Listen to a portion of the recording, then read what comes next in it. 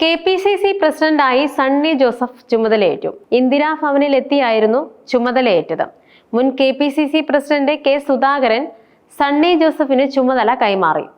Working പ്രസിഡന്റുമാരായി AP Anilkumar, Shafi Parambil, PC Vishnunath എന്നിവരും UDF കൺവീനറായി Adoor പ്രകാശും ചുമതലയേറ്റു.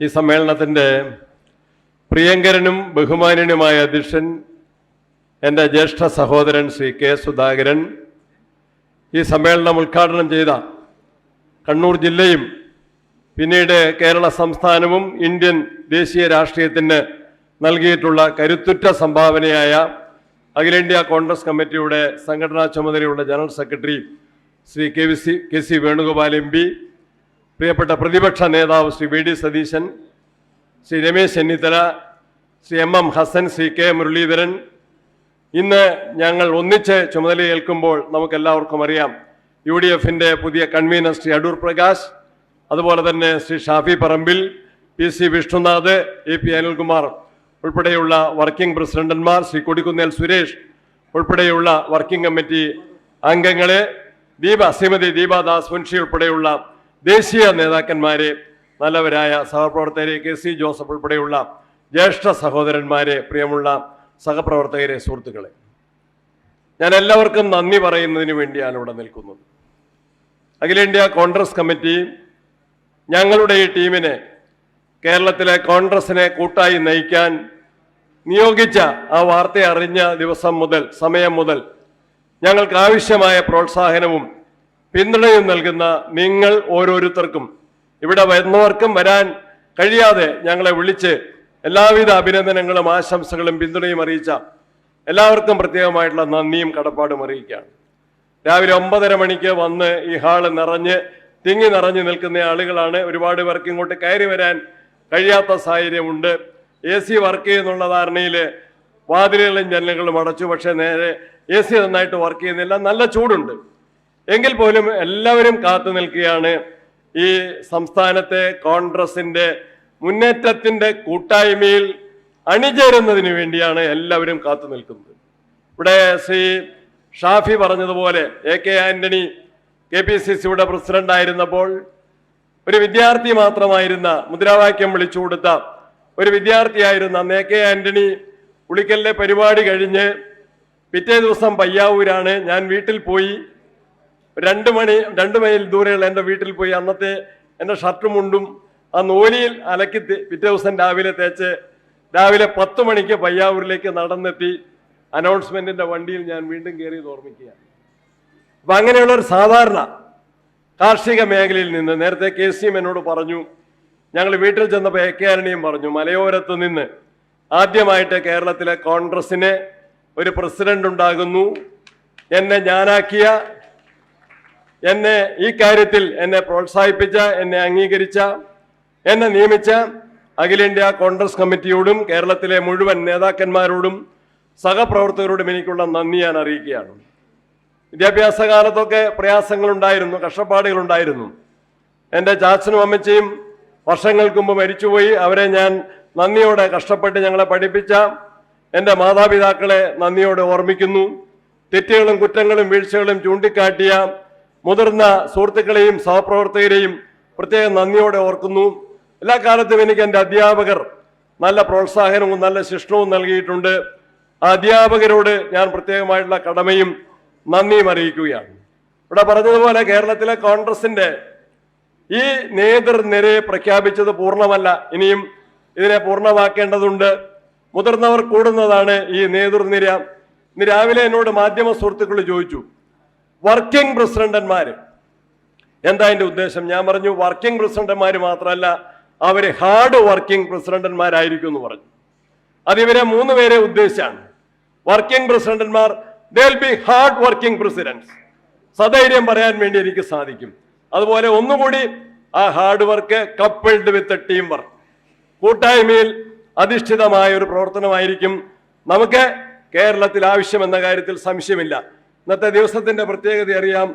ഇന്ന് C. കേശവന്റെ പ്രസിദ്ധമായ കോലഞ്ചേരി പ്രസംഗത്തിന്റെ 90ാം വാർഷികമാണ്. അദ്ദേഹം എന്തിനു വേണ്ടിയാണ്? ദളിത് പിന്നോക്ക സമുദായങ്ങളുടെ ശാക്തീകരണത്തിന് വേണ്ടിയാണ്, അംഗീകാരത്തിന് വേണ്ടിയാണ് അദ്ദേഹം 90 വർഷങ്ങൾക്ക് മുമ്പ് പ്രസംഗിച്ചത് എങ്കിൽ അത് ഇന്ത്യൻ നാഷണൽ കോൺഗ്രസ് മഹാത്മജിയുടെ നേതൃത്വത്തിൽ ഏറ്റെടുത്ത ദൗത്യമാണ്. ആ ദൗത്യവുമായിട്ട് നമുക്ക് മുന്നോട്ട് പോകണം. അതുപോലെ തന്നെ ബുദ്ധ പൂർണ്ണമി ദിവസമാണിന്ന്. ആ ദിവസത്തിന്റെ പ്രത്യേകതകൾ നമുക്ക് എല്ലാവർക്കും അറിയാം. ഞാൻ രാവിലെ നേരത്തെ ഇവിടെ പറഞ്ഞു, ഞങ്ങളെ ലീഡറുടെ സ്മൃതി മണ്ഡപത്തിൽ പോയി, ഉമ്മൻചാണ്ടി സാറിന്റെ ശവകുടീരത്തിൽ പോയി, അതുപോലെ ആർ ശങ്കർ സാറിന്റെ സ്മൃതി മണ്ഡപത്തിൽ പോയി, അതുപോലെ തന്നെ പത്മരാജൻ വക്കീലിനെ വീട്ടിൽ പോയി കണ്ട അനുഗ്രഹം തേടി.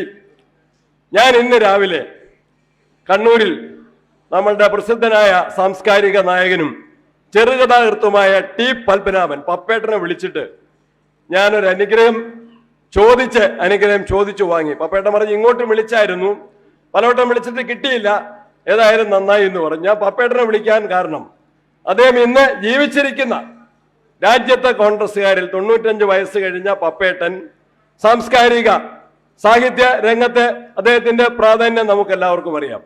പക്ഷെ ഞാൻ അദ്ദേഹത്തെ വിളിക്കാൻ കാരണം അദ്ദേഹത്തിന്റെ 2-3 പരാമർശനങ്ങൾ ഒരു കോൺഗ്രസ് പ്രവർത്തകൻ എന്ന നിലയിൽ എൻ്റെ മനസ്സിൽ തറച്ചതാണ്. ഒന്നേരെ 3-4 വർഷങ്ങൾക്ക് മുമ്പ് കോടിയേരി ബാലകൃഷ്ണൻ മരിക്കുന്നതിന് മുമ്പ് പപ്പേട്ടന്റെ ഒരു ജന്മദിനത്തിൽ പപ്പേട്ടനെ കാണാൻ വേണ്ടി പോയി. അദ്ദേഹത്തിന് ഷാൾ അണിയിച്ചു. കോടിയേരി അണിയിച്ച ഷാളിന്റെ കളർ എനിക്കറിയില്ല. പക്ഷെ പപ്പേട്ടൻ ഒരു കാര്യം പറഞ്ഞു, ഞാൻ മരിക്കുമ്പോൾ എൻ്റെ ദേഹത്ത് അണിയിക്കേണ്ടത് ഈ ഷാളല്ല, എൻ്റെ ദേഹത്ത് അണിയിക്കേണ്ടത് ത്രിവർണത്തിന്റെ ഷാളായിരിക്കണം എന്ന് ടി പത്മനാഭൻ പറഞ്ഞത് എൻ്റെ മനസ്സിൽ ഞാൻ കുറിച്ചിട്ടു. കഴിഞ്ഞ വർഷം പപ്പേട്ടന്റെ 95-ാം ജന്മദിനമായിരുന്നു. ആ ജന്മദിനം ആഘോഷിച്ചു, വിപുലമായ പരിപാടിയിലൂടെ ആഘോഷിച്ചു. ഒരു ആഘോഷ പരിപാടി ഉദ്ഘാടനം ചെയ്തത് ഗോവ ഗവർണർ, എൻ്റെ സഹപാഠിയും സുഹൃത്തുമായ PS ശ്രീധരൻപിള്ളയാണ് അത് ഉദ്ഘാടനം ചെയ്തത്. ഉദ്ഘാടന സദസ്സിൽ പപ്പേട്ടൻ വന്നപ്പോൾ ഗോവ ഗവർണർ PS ശ്രീധരൻപിള്ള ഒരു തമാശ പറഞ്ഞു, പപ്പേട്ടൻ പഴയ കോൺഗ്രസ് ആണല്ലേ എന്ന് ചോദിച്ചു. അപ്പോൾ ടി പത്മനാഭൻ പറഞ്ഞ മറുപടി, ഞാൻ പഴയ കോൺഗ്രസ് മാത്രമല്ല, ഞാൻ ഇപ്പോഴും കോൺഗ്രസ് ആണ് എന്നാണ് ടി പത്മനാഭൻ പറഞ്ഞ മറുപടി. കേരളത്തിന്റെ മുഖ്യമന്ത്രി ഇത് മനസ്സിലാക്കിയില്ല. പത്രങ്ങളില് ഞാൻ വായിച്ചു, കേരളത്തിന്റെ മുഖ്യമന്ത്രിക്ക് ഏതായാലും അദ്ദേഹത്തിന്റെ സ്റ്റാഫ് ഇത് പറഞ്ഞു കൊടുത്തില്ല. തിരുവനന്തപുരത്ത് മുഖ്യമന്ത്രി ഉദ്ഘാടനം ചെയ്ത ടി പത്മനാഭനെ ആദരിക്കുന്ന ഒരു ചടങ്ങുണ്ടായിരുന്നു. ആ ചടങ്ങിൽ വന്നപ്പോൾ മുഖ്യമന്ത്രിയും ഈ കുസൃതി ചോദ്യം ടി പത്മനാഭനോട് ചോദിച്ചു, പപ്പേട്ടൻ പഴയ കോൺഗ്രസ് ആയിരുന്നുവില്ലേ എന്ന് ചോദിച്ചു. അപ്പോൾ ശ്രീധരൻപിള്ളയ്ക്ക് പറഞ്ഞ അതേ മറുപടി, ഞാൻ പഴയ കോൺഗ്രസ് അല്ല, ഞാൻ ഇപ്പോഴും കോൺഗ്രസ് ആണ് എന്ന് ടി പത്മനാഭൻ പറഞ്ഞത് എൻ്റെ ഹൃദയത്തിൽ ഞാൻ സൂക്ഷിക്കുന്നു. ഞാൻ അദ്ദേഹത്തോട് ചോദിച്ചു, ഞാനിതിവിടെ പറഞ്ഞോട്ടെ? അപ്പോൾ പറയാം, ഇന്ന് ഇന്ത്യയിൽ ജീവിച്ചിരിക്കുന്ന പ്രായം ചെന്ന കോൺഗ്രസ്സുകാരിൽ ഒരാളാണ് പ്രസിദ്ധ എഴുത്തുകാരൻ ടി പത്മനാഭൻ എന്ന് അഭിമാനത്തോടെ പറയുമ്പോൾ കോൺഗ്രസിന്റെ മൂല്യമാണ്. നമ്മുടെ രാജ്യത്തിന്റെ സ്വാതന്ത്ര്യം നേടിയെടുത്തത് കോൺഗ്രസ് ആണ്. ജനാധിപത്യം നാടിന് നൽകിയത് കോൺഗ്രസ് ആണ്. മതേതരത്വത്തിന് വേണ്ടി രാഷ്ട്രത്തിന്റെ പിതാവിന്റെ ജീവൻ ബലി കൊടുത്തത് കോൺഗ്രസ് പാർട്ടിയാണ്.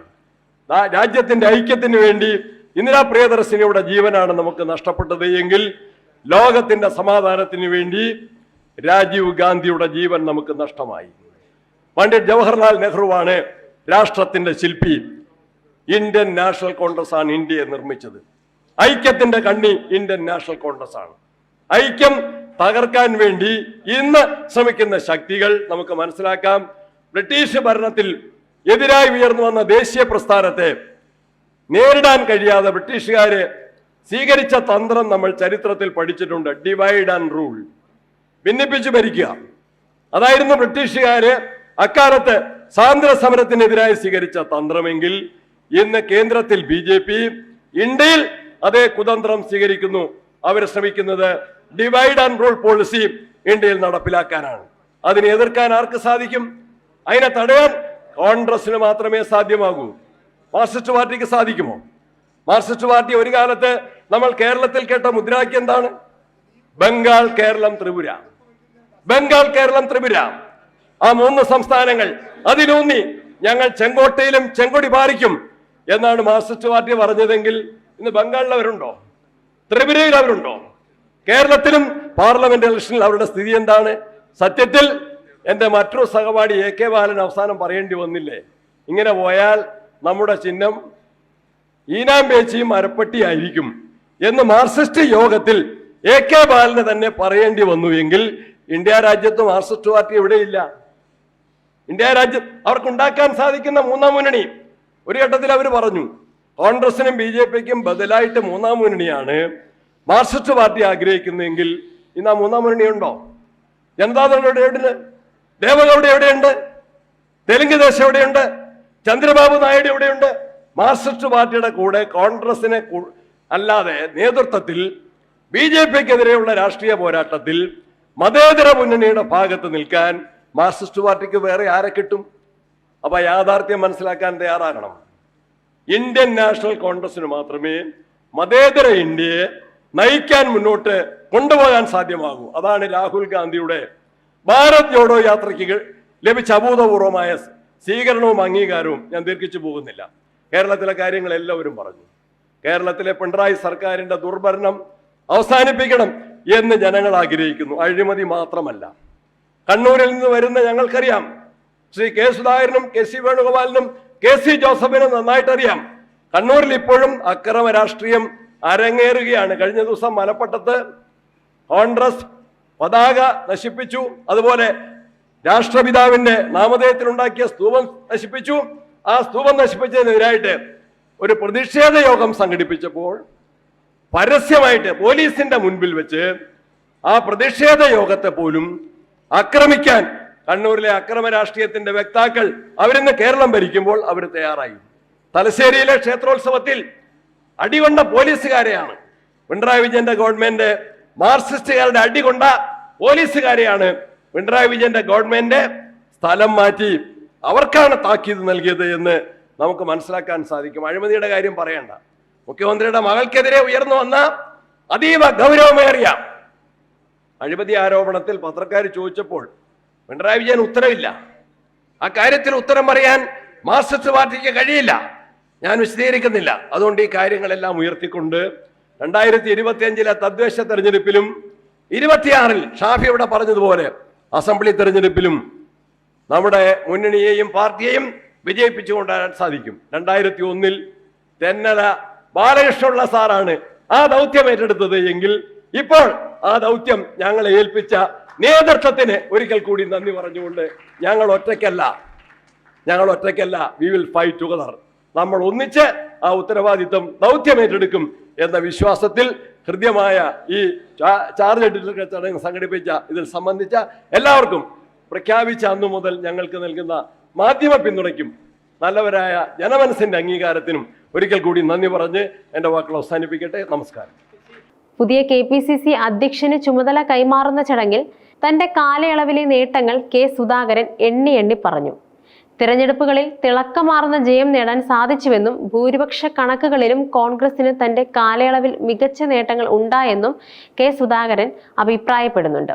AICC സംഘടനാ ചുമതലയുള്ള ജനറൽ സെക്രട്ടറി KC വേണുഗോപാൽ, കേരളത്തിന്റെ ചുമതലയുള്ള ജനറൽ സെക്രട്ടറി ദീപാദാസ് മുൻഷി, പ്രതിപക്ഷ നേതാവ് VD സതീശൻ, മുൻ UDF convener MM Hassan, VM Sudheeran, K Muraleedharan, Ramesh Chennithala തുടങ്ങിയ മുതിർന്ന നേതാക്കളെല്ലാം തന്നെ ചടങ്ങിൽ പങ്കെടുത്തിരുന്നു. ചുമതലയേൽക്കുന്നതിന് മുമ്പായി പുതിയ KPCC നേതൃത്വം മുതിർന്ന കോൺഗ്രസ് നേതാവ് AK ആന്റണിയെ സന്ദർശിച്ചിരുന്നു. Sunny Joseph, Shafi Parambil, PC Vishnunath, AP Anilkumar, UDF convener Adoor Prakash എന്നിവരാണ് AK ആന്റണിയുടെ വീട്ടിലെത്തി അനുഗ്രഹം വാങ്ങിയത്. പുതിയ നേതൃത്വം കഴിഞ്ഞ ദിവസം മുൻ മുഖ്യമന്ത്രിമാരായ ഉമ്മൻചാണ്ടിയുടെയും K കരുണാകരന്റെയും സ്മൃതി മണ്ഡപത്തിലെത്തി പുഷ്പാർച്ചന നടത്തിയിരുന്നു. തദ്ദേശ തിരഞ്ഞെടുപ്പിന്റെ ഒരുക്കങ്ങളിലേക്ക് കടക്കേണ്ടതിനാൽ ഈ മാസത്തോടെ കോൺഗ്രസ് പുനഃസംഘടന പൂർത്തിയാക്കാനാണ് നേതൃത്വം തീരുമാനിച്ചിരിക്കുന്നത്. KPCC വൈസ് പ്രസിഡന്റുമാർ, ജനറൽ സെക്രട്ടറിമാർ എന്നിവരെ ഉടൻ നിശ്ചയിക്കും. ജില്ലാ പ്രസിഡന്റുമാരെ മാറ്റാനും തീരുമാനിച്ചിട്ടുണ്ട്. AICC നടത്തിയ പരിശോധനയിൽ കണ്ണൂർ, കോഴിക്കോട്, മലപ്പുറം, എറണാകുളം ജില്ലകളിലെ പ്രവർത്തനമേ മികച്ചതായി കണ്ടെടുത്തിട്ടുള്ളൂ. അതിനാൽ തിരഞ്ഞെടുപ്പിന് മുൻപ് ജില്ലകളിലും പുതിയ സംഘടനാ സംവിധാനം ഒരുക്കണമെന്നാണ് AICCക്ക് ലഭിച്ചിട്ടുള്ള റിപ്പോർട്ട്. തിരഞ്ഞെടുപ്പിനുള്ള ഒരുക്കം സംബന്ധിച്ച് ഒരു പദ്ധതി രേഖ കോൺഗ്രസ് തയ്യാറാക്കിയിട്ടുണ്ട്. ഇത് നടപ്പാക്കുന്നതിന് പ്രത്യേകം ചുമതലക്കാരെ നിശ്ചയിക്കും. യുവനിരയെ ഇതിനായി നിയോഗിക്കണമെന്നാണ് നേതൃത്വം കണക്കാക്കുന്നത്. നിയമസഭയിലേക്ക് ജയിക്കുമെന്ന് കണക്കാക്കുന്ന മണ്ഡലങ്ങളിലെ തദ്ദേശ തലത്തിലുള്ള പ്രവർത്തനം പ്രത്യേകമായാണ് കണക്കാക്കുന്നത്. സാമൂഹ്യ മാധ്യമങ്ങളിലെ ഇടപെടൽ, പ്രാദേശിക പ്രശ്നങ്ങൾ അറിഞ്ഞ് ജനങ്ങൾക്കൊപ്പം നിൽക്കുക, സർക്കാരിന്റെ വീഴ്ചകൾ ബോധ്യപ്പെടുത്തുക എന്നിവയെല്ലാം ആദ്യഘട്ട പ്രവർത്തനത്തിൽ തന്നെ ഉൾപ്പെടുത്തേണ്ടതാണെന്നാണ് കർമ്മ പദ്ധതിയിലുള്ളത്. പ്രതിപക്ഷ നേതാവ് VD സതീശന്റെ നേതൃത്വത്തിൽ തിരഞ്ഞെടുപ്പ് വിദഗ്ധരുടെ സഹായത്തോടെയാണ് കർമ്മ പരിപാടി തയ്യാറാക്കിയിട്ടുള്ളത്.